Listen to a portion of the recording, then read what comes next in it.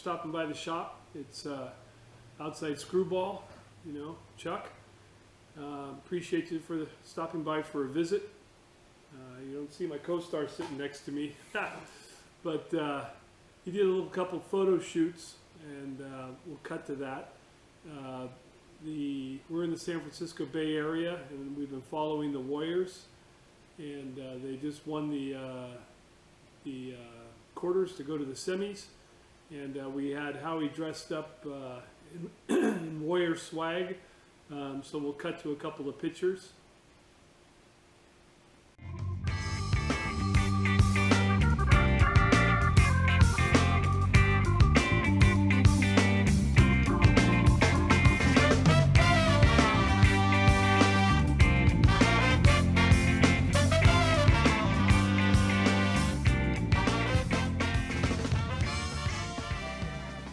Okay, I'm back from those pictures. Hope you enjoyed them. Not much work in the shop. My son ended up in the hospital for a couple of days. He's back home. Just got a pneumonia again. He gets those quite often. But everything's good, and but no real shop time here.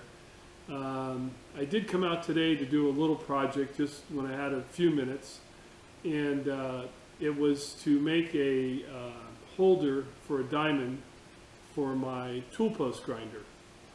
Something I saw that Stan had done. I'm copying Stan over at Bar Z. Well, I started digging around, and that little dig to find a piece of aluminum started a cleanup. And I guess it's the Virgo in me, I don't know.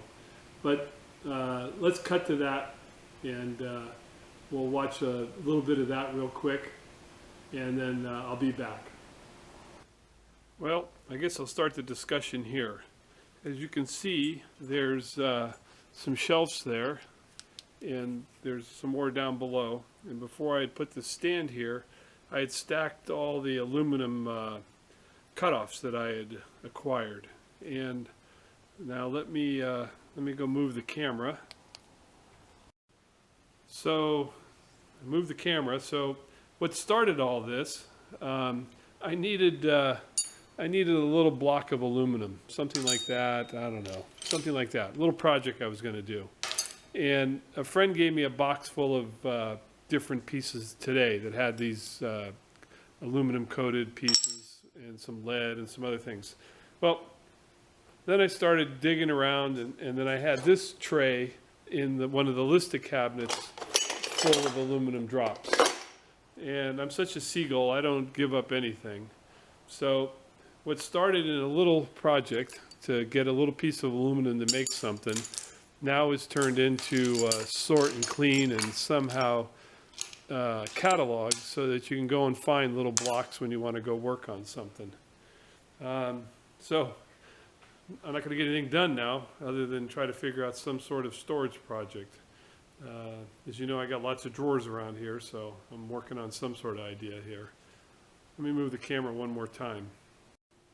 So over in the Lista cabinet here, and maybe you want to call me a hoarder, but there's a 24 by 24 drawer that's full of aluminum drops, rounds, plates, big old blocks. So project ready, I'm ready, but I got to find a way for all the little stuff to figure out. So I'll work on that. I think I'm a hoarder though. Maybe an organized hoarder.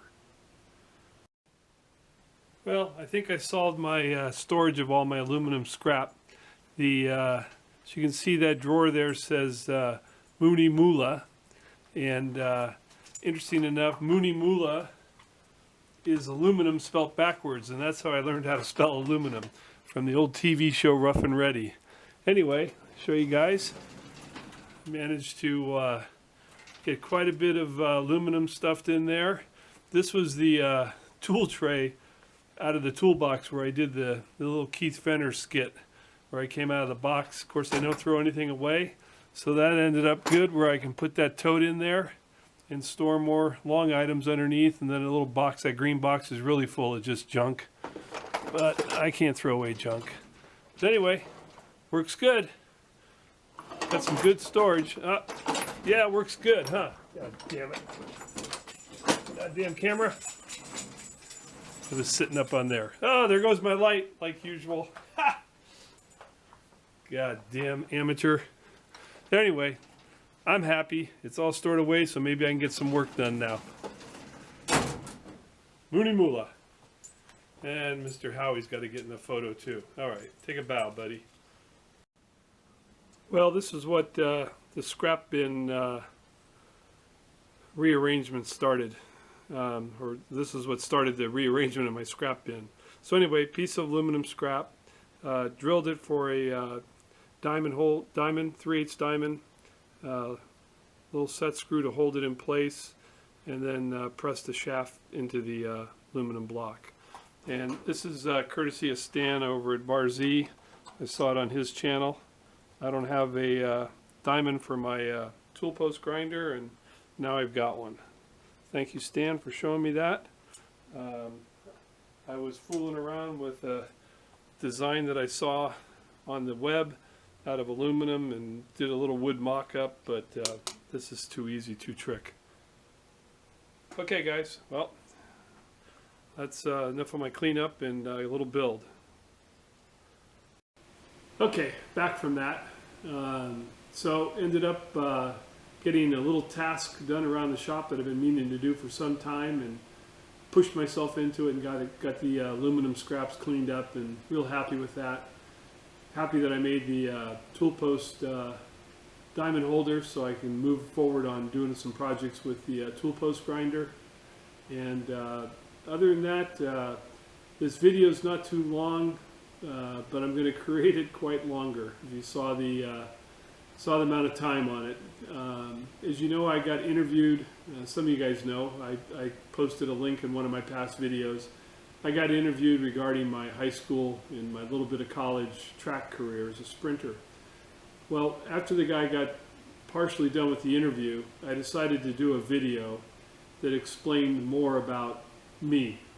So it's all about me. 30 minutes about me. You can click it off. Or if you, maybe it'll help you get to a quick snooze, or if you enjoy team sports and items like that, you may get a kick out of watching the 30 minutes. Anyway, if you do watch it, enjoy.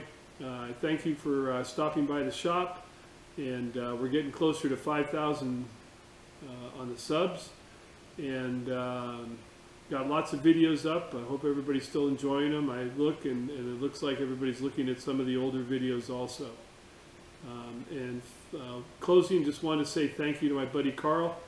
The last two videos were of his conversion on his Bridgeport to a CNC.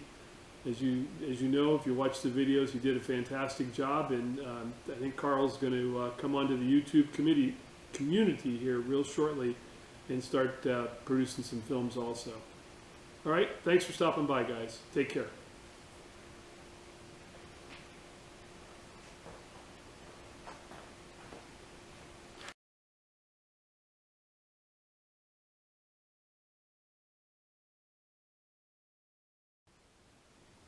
Well, I thought I'd show this center drill jig that I had made. I didn't make the box. I got the box someplace, but nice little sliding lid box, and everything fits in it. This is a copy off of frets.com. Frank Ford does a lot of neat builds and filmed it all. No dimensions, so basically this was look at what he built and copy it. And it's a centering jig for using on in the vise. And two parts. You got a bottom piece with your V groove in it, and then your top hold down, which can be used in two directions. So it'll hold about 300 thousandths when it's tightened down. But that would be your small piece that'll hold there, and it'll go all the way up. The way this is designed, it'll go all the way up to 2.5 inches, that you could actually hold 2.5 inches in there. The if you notice, I've got a little angle there, and there's an angle there, and that made which way to reference the top piece. And then for centering, especially on a large part like this, when you're using the bolts, it's just simple with the scale, measuring the height as it rocks on there to get a dead center on it. Works really well. And then I made the bushings for it, various sizes, just the standard sizes, and they fit in, and that's what you would run your drill. So they're all for I think I didn't go as small as 1/8, but they go all the way up to 1/2 inch. These were all 01 rod, and then they were hardened. I made a spare that's just there. There goes my stupid light again. Someday I'll remember to turn it on off of the timer. So anyway, I've got a spare, and then I made a whole bunch of extra spares that aren't hardened, so that I could always, if I was using a metric drill bit or something odd, I could go ahead and make a quick one and not have it hardened. Anyway, thought I'd show that to you. A collection of bolts there for it. Works well. It was a fun build. Made the bottom out of aluminum and then the top out of steel. If you haven't been to Frank Ford's site, fret.com, lots of cool information there. It's worth going to look at. All right, thought I'd just share that with you guys. Well, as I was putting this away, I used to in the past, just all the bushings, I would just throw them down in the bottom of the box here. And I just love it when you think of something. So I was putting it away, and I went, well, wait a minute. I never throw anything away.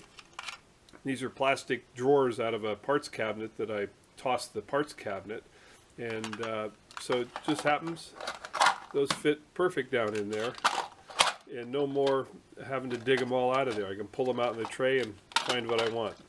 So that made me for a happy day. All right, catch you later. Thought I'd just show this real quick. As you know, you have the adjustable stop here on the quill for the mill, and you know, it takes quite a bit to thread up and down on that. And of course, you can always put in the little clamp stop so you don't have to come down so far, right? Well, another thing that you can do is make various sizes of something like this that fits in there, fits over it, and you can adjust it, and now you got a positive stop, and you know every time it's going to stop there. So I only made the long one so I don't have to thread it up and down so far. Never got around to making a couple of shorter ones, but it works real well. Sits in there nice and always hits nice. Anyway, thought I'd just show that to you guys. It was sitting here on my mill table from an earlier little project I did. Okay, Albert, you like history? Well, here's a history lesson of Chuck Bomarito. So I'm going to kind of bounce around, but I'll try to give you a synopsis. So here's a photo. It was of me taken at Crestmore High School. Tony Machado was the photographer. It happened that he was my 7th grade basketball coach, and he had gone to high school with my older sister, and he was a photographer. So he was the one that had my face in the newspaper quite a bit, that you'll see. But this was the pose photograph, and I don't recall if this was junior or senior year, to be honest with you. Might be able to tell you that from other photos. Possibly my senior. The scar there in my leg was given to me as a freshman or a sophomore by an upperclassman with his track cleat, being a wise ass, and spiked me. But we will continue on. So all sorts of press things that I'm going to talk about, but I think one of the most important things in my track career, and I'll show you here, this book here was given to me by one of my friends and a teammate on the team. He kind of hung with the team more as a social aspect, which I'm going to kind of explain. So my sophomore year, And geez, I should show you the photos. So anyway, my sophomore year, there was two fellas that harassed the hell out of me. They were on the mile relay team, and they started the whole spirit thing, I guess, that my class had. I'm just seeing if their photos are right here, and I don't see it. So anyway, one of my buddies, Alan, had gone to my he ran on the track team, friend through high school, still a friend today, and they put together this little album for me. I was quite surprised. They had kept track articles, and I'm talking about, this is only like 10 years ago that they gave this to me. So him and his wife, she was a cheerleader on the team, they kept all these different articles regarding the track team. And one of the coolest things about this is this. And that's what I wanted to start this off with. Speed City, Songbooks for the Crestmore Track Team by Barnacle Bill. Well, my sophomore year, I'm going to go regress here. My sophomore year, we had 3 buses, and it was a big deal to ride in the back of the bus. Well, if we got on the bus with the seniors, we got our ass kicked as sophomores, and so we created our own sophomore bus that year. And of course, we're all in the back of the bus, the crowd, the guys. And of course, the big thing about being in the back of the bus is hanging a bare ass. So we had our fun hanging bare asses out of the back of the bus. Junior year comes along, we can't wait. I mean, the spirit of the team, of the guys, and you're talking about 3 buses. I mean, it was quite amazing. I'm really, take my whole track thing aside, the experience of being with this group and the spirit that we had, that's a team that you can't beat, the close-knitness that we had. So with that, my junior year, one of the very early track meets of the year, we're coming back up Highway 280. Of course, we're hanging bare asses. We're having fun. We're just hooting and hollering in the back of the bus. Well, one of the coaches tells us to sit down and shut up. So, as a joke, it wasn't really aimed at the coach, but somebody said, "Hey, everybody laugh," and then everybody stop, and everybody laugh, and everybody stop. So we were doing that. Well, the coach took it as a slight to him. We got back to the circle there at the bus stop at the Crestmore High School, told not to leave the bus. Etherton came onto the bus, kind of read us the riot act, and I was banned, primarily me and a few others, but banned from riding in the back of the bus. So all future track meets, I had to sit in the front of the bus. One track meet, I think it was at Hillsdale, it ran late. I hid in the back of the bus under duffel bags, and they looked for half an hour, and the bus wouldn't leave till I appeared, and I got my hiney in trouble for that one too. So we move on to our senior year, and of course we go to Coach Etherton, and I go, "Come on, Coach, can I sit in the back of the bus?" So Coach Etherton says, "Hey, why don't you guys just sing songs?" Well, I think he regretted the day that he ever said that. So immediately, the songbook for the Crestmore track team was mimeographed. Remember, back then was mimeographed, and it was pages of the nastiest songs that you could think of. This is something else, my buddy. So this songbook, I didn't have it, and one of the other fellas that was on the track team, not a very good athlete by any means, he kept it, and he found it up in his attic like 30 years later, and he gave it to the other friend to give to me. Well, so senior year starts, we get on the bus, and we hand out this songbook. And I'm talking about, we handed out the freshmen's. And we say, you're going to sing. And so we get on the bus and we're riding home from our first track meet. And of course, we won the meet and we're singing these filthy songs. Nothing could be nicer than to spread her legs and spice her in the morning. Nothing could be better than to hop in bed and get her in the morning. Barnacle Bill and the Sailor was the biggest one. Who's that knocking at my door? Who's that knocking at my door? Who's that knocking at the door? Said the fair young maiden. It's me and my crew, and we're here for a screw, said Barnacle Bill the Sailor. And it went on and on.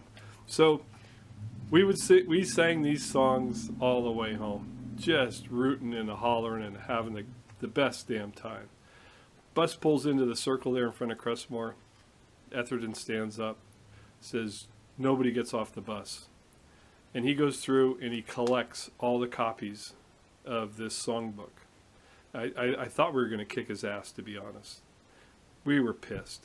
So he says, so in the whole ruckus there, he said, look, you guys win the finals, I'll give you back the songbooks. Okay, there's the challenge for us, team. We'll do it. So didn't matter. We knew these songs by heart already.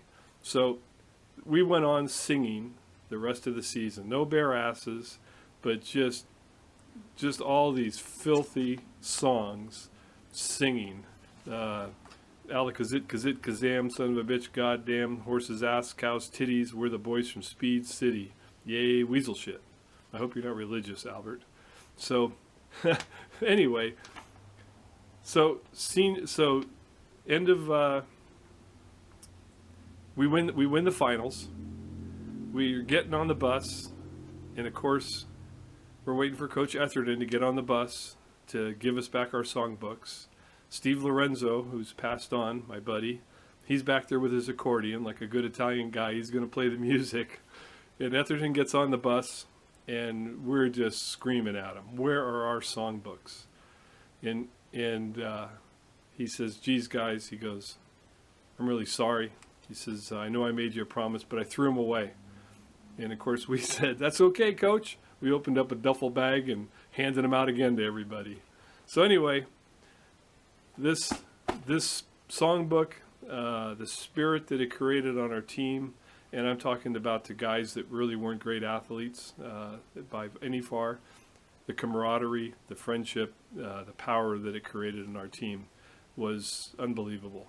So anyway, very fortunate that this survived. It should be in a Hall of Fame in my opinion. Anyway, my buddy kept me all these pictures, and then he would show up at Cal at all the home, and he kept all my Cal cards.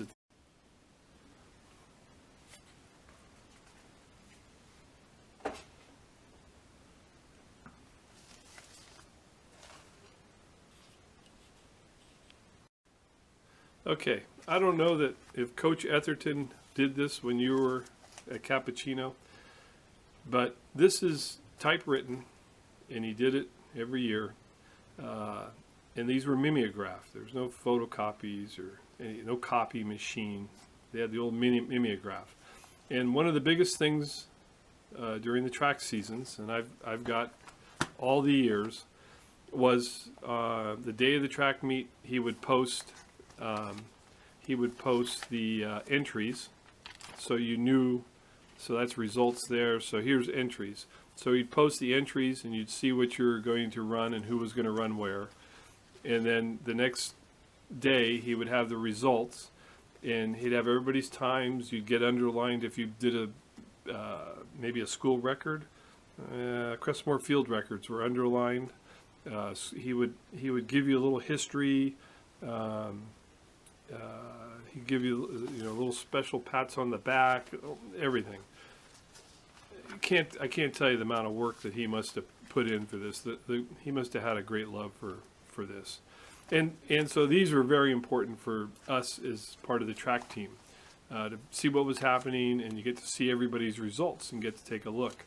Every year he did a track testing, and this is what's on the cover here. So you ended up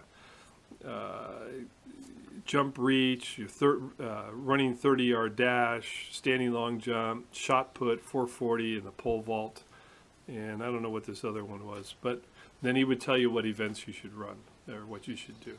So anyway, and then of course you probably seen that every year he put out like an album that gave all the history and all the meets and everything. It was quite eventful, quite a big thing. One of the other big things regarding the newspaper was the San Bruno Herald, which I don't even know if it still exists, but the San Bruno Herald was every Thursday that paper came out, and was to go see what was in the San Bruno Herald and see what Scoop Winecoop wrote about you. And there's an article in here that he wrote about me after, but he was quite interesting on the items that he had. Here's an envelope that came from my sister, and full of my press clippings that they had kept. Oh, there's me as a baby. What else? I didn't even open this up, but they kept all my press clippings also. Beyond them keeping my press clippings from a freshman year, I kept all of my press clippings as life went on. These were some of the later ones. This was actually out of the San Jose Mercury, which, you know, we were up the peninsula, so we really weren't part of we were just part of the CCS. Some different articles and stuff that named me. Coach Etherton. I think Coach Etherton sent me this whole packet. He hooked up with my wife through Facebook, and sent me some articles. And there's, you know, this book's tattered. There's the article winning the state meet, and this fella here, Ron Reed, who used to write for the San Mateo Times. I guess he might have been enamored with me. He was quite helpful in all the articles that he wrote on me. So anyway, here's freshman year, and I would underline what I did when I got my name in the paper. I guess I needed the limelight, and wasn't that much, but I was on varsity that year, so I actually got my varsity letter as a freshman. Oh, that's freshman football there. There's my varsity letter for track. And then Etherton, of course, gave you who got track blocks and gave you a whole recap of the season at the end of the year, and records and everything else. Sophomore year, this was a photo at College of San Mateo when we started running the winter meets. We would do that, run 60-yard dashes. Little article here, Emery bows, but Bearcat spikes win. This was Alonzo Emery, who was the premier senior sprinter, and I beat him in the 220 that day. In the relay, I think we beat him in the 440 relay, and he threw the baton at me, if I remember right. But I was quite pumped that I got my name in the Chronicle. It's the fastest, listed as the fastest in the state, you know, in that rankings as a sophomore. And all the different articles that got posted. So this fella here, which is over here also in this other photo, Barry Raymond. He was one of my nemesis. Him, Barry Raymond, and Bob Banning, those two. Ernie Hall was the big stud in campus. This was my sophomore year, and Steve Buell. I have to give much credit to Steve Buell. He was the one that had us run all through the winter and through the summer. He would drive us. He was our organizer. And here was the track club formed, and that was Steve Buell that started the Crestmore Track Club, and we had our own little emblem. It was the four of us. and we would go run relays and stuff. This fella here is Toby. That's the one I had mentioned that was quicker than me, and I was faster than him, but he had hamstring issues.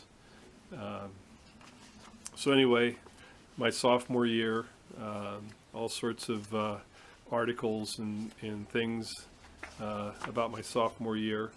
I think I won the Downey relays that year in the sprints as a sophomore. That was a big deal to me.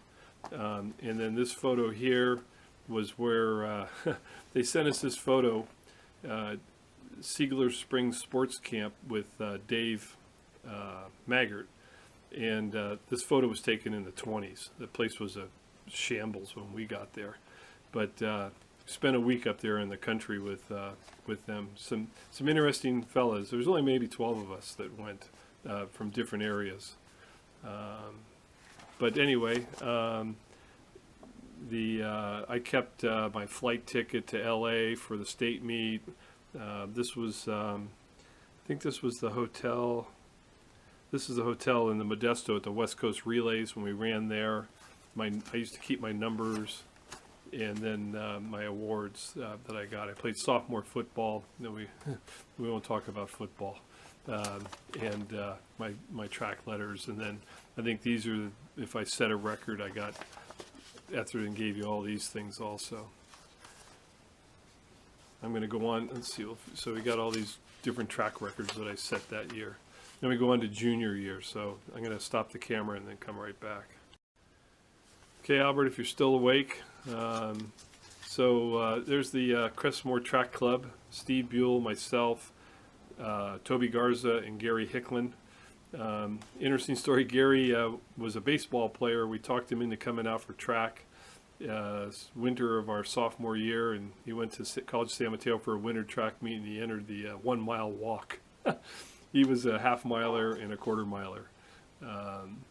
But this was what did I just say? This is junior year. Steve would have been a senior. He's a year ahead of us.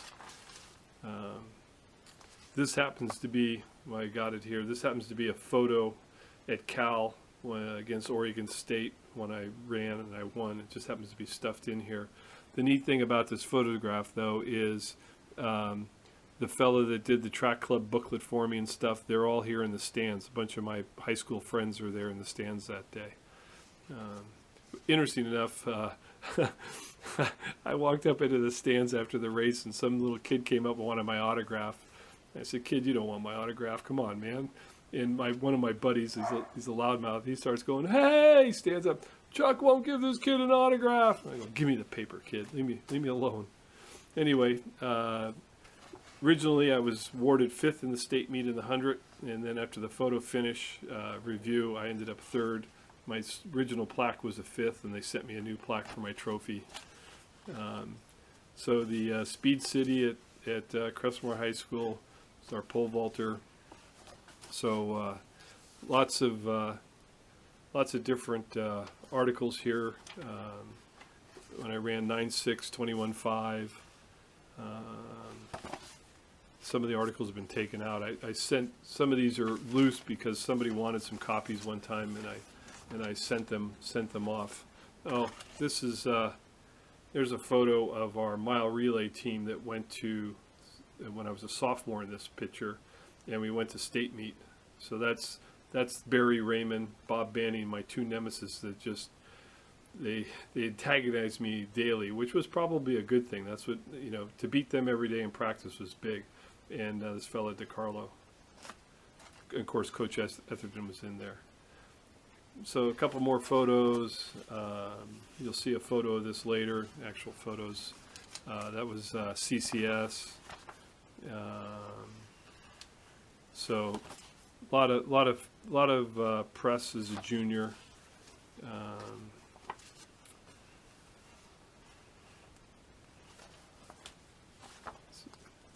Coach's Honor Bommarito. What's that one? I don't remember. One of the that makes me think about it though. When I was a sophomore, I ran the mile relay a lot. I never wanted to, but ended up all the coaches, athletic directors, and everybody were down at Burlingame High School, and I got the baton way behind the guy on the anchor leg, and ended up winning the race. You know, just took my time and worked my way around and got him. And I still remember crossing the finish line, and here was all these coaches up there. Some of them didn't coach me in anything, but the whole crowd was there, and I just heard them praising how that's the way to run a race and stuff. It was nice to hear from them. Anyway, and there's the photo finish there at state meet that was in the San Jose Mercury.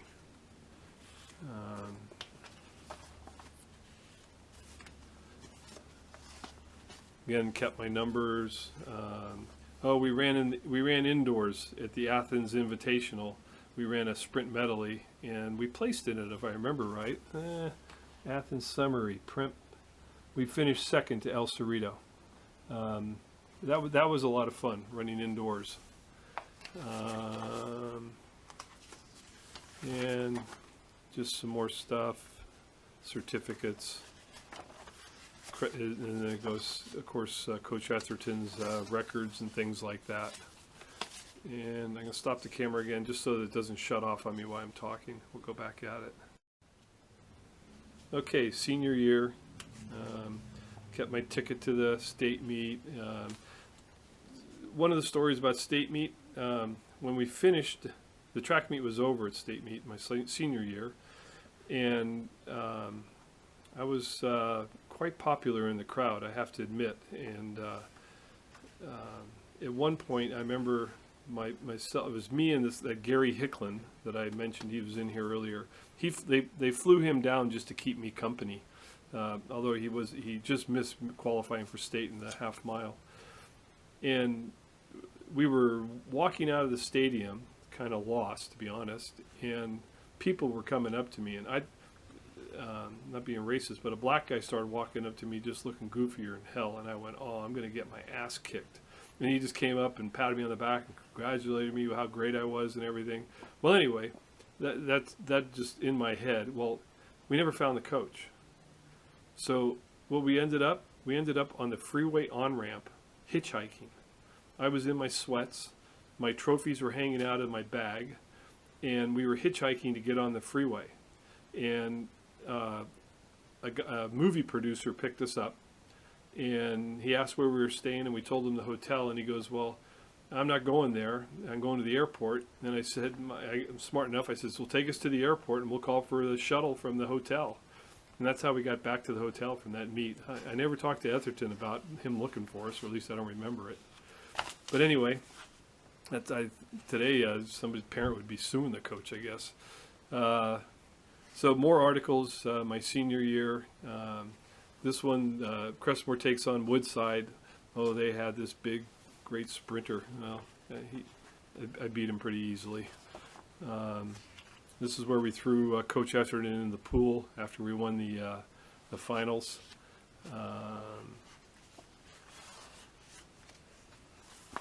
So all the different articles that I kept. My mom probably might have started this, but she passed away when I was 16. So, and I probably kept it up. I know I kept it up. So again, my numbers, Modesto. I actually won. I won Modesto, and then we went to Fresno. We went to the Fresno Relays, the West Coast Relays, probably the biggest meet you can go to.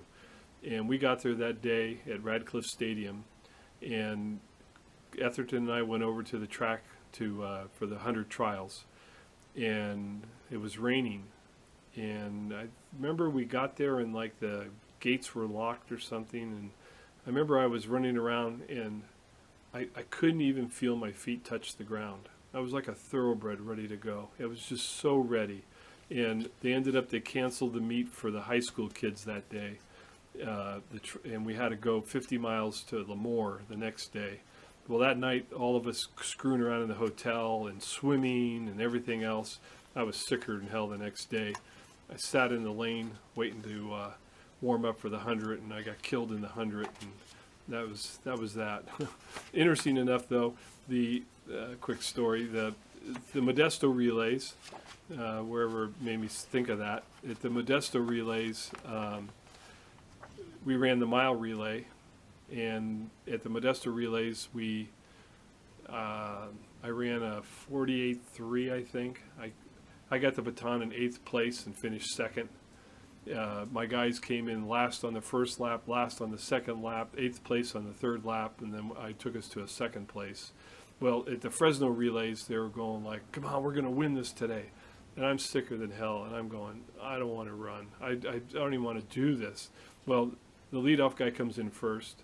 The second guy comes in first, and I'm going like, oh, crap. And unfortunately, or fortunately for me that day, the baton exchange between second and third, they dropped the baton. So I did not kill myself from the behind that day. Anyway,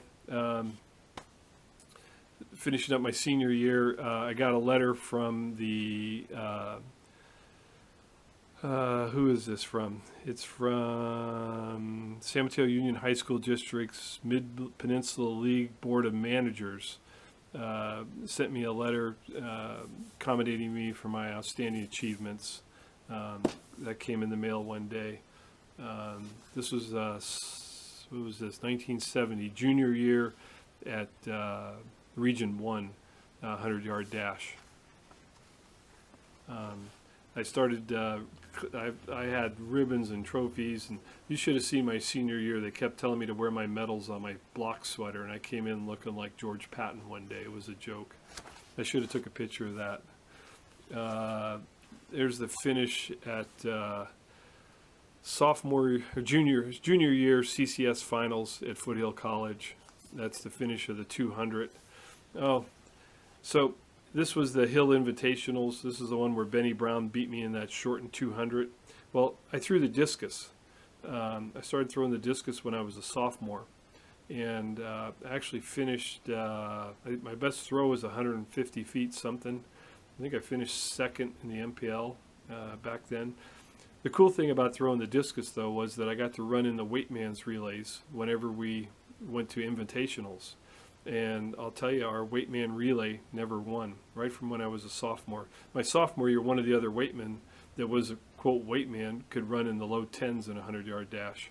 So I still remember one day at a weightman's relay, standing in the top of the turn, the guy in the other lane looks at me and he goes, "We're going to kill you." And I thought, really? And I got the baton before he ever got the baton, and he was a weightman. So we won that race. Anyway, one of my great starts, that sophomore year, the dual meet, finished at the CCS. This was finishing a mile relay, not a happy boy, never was.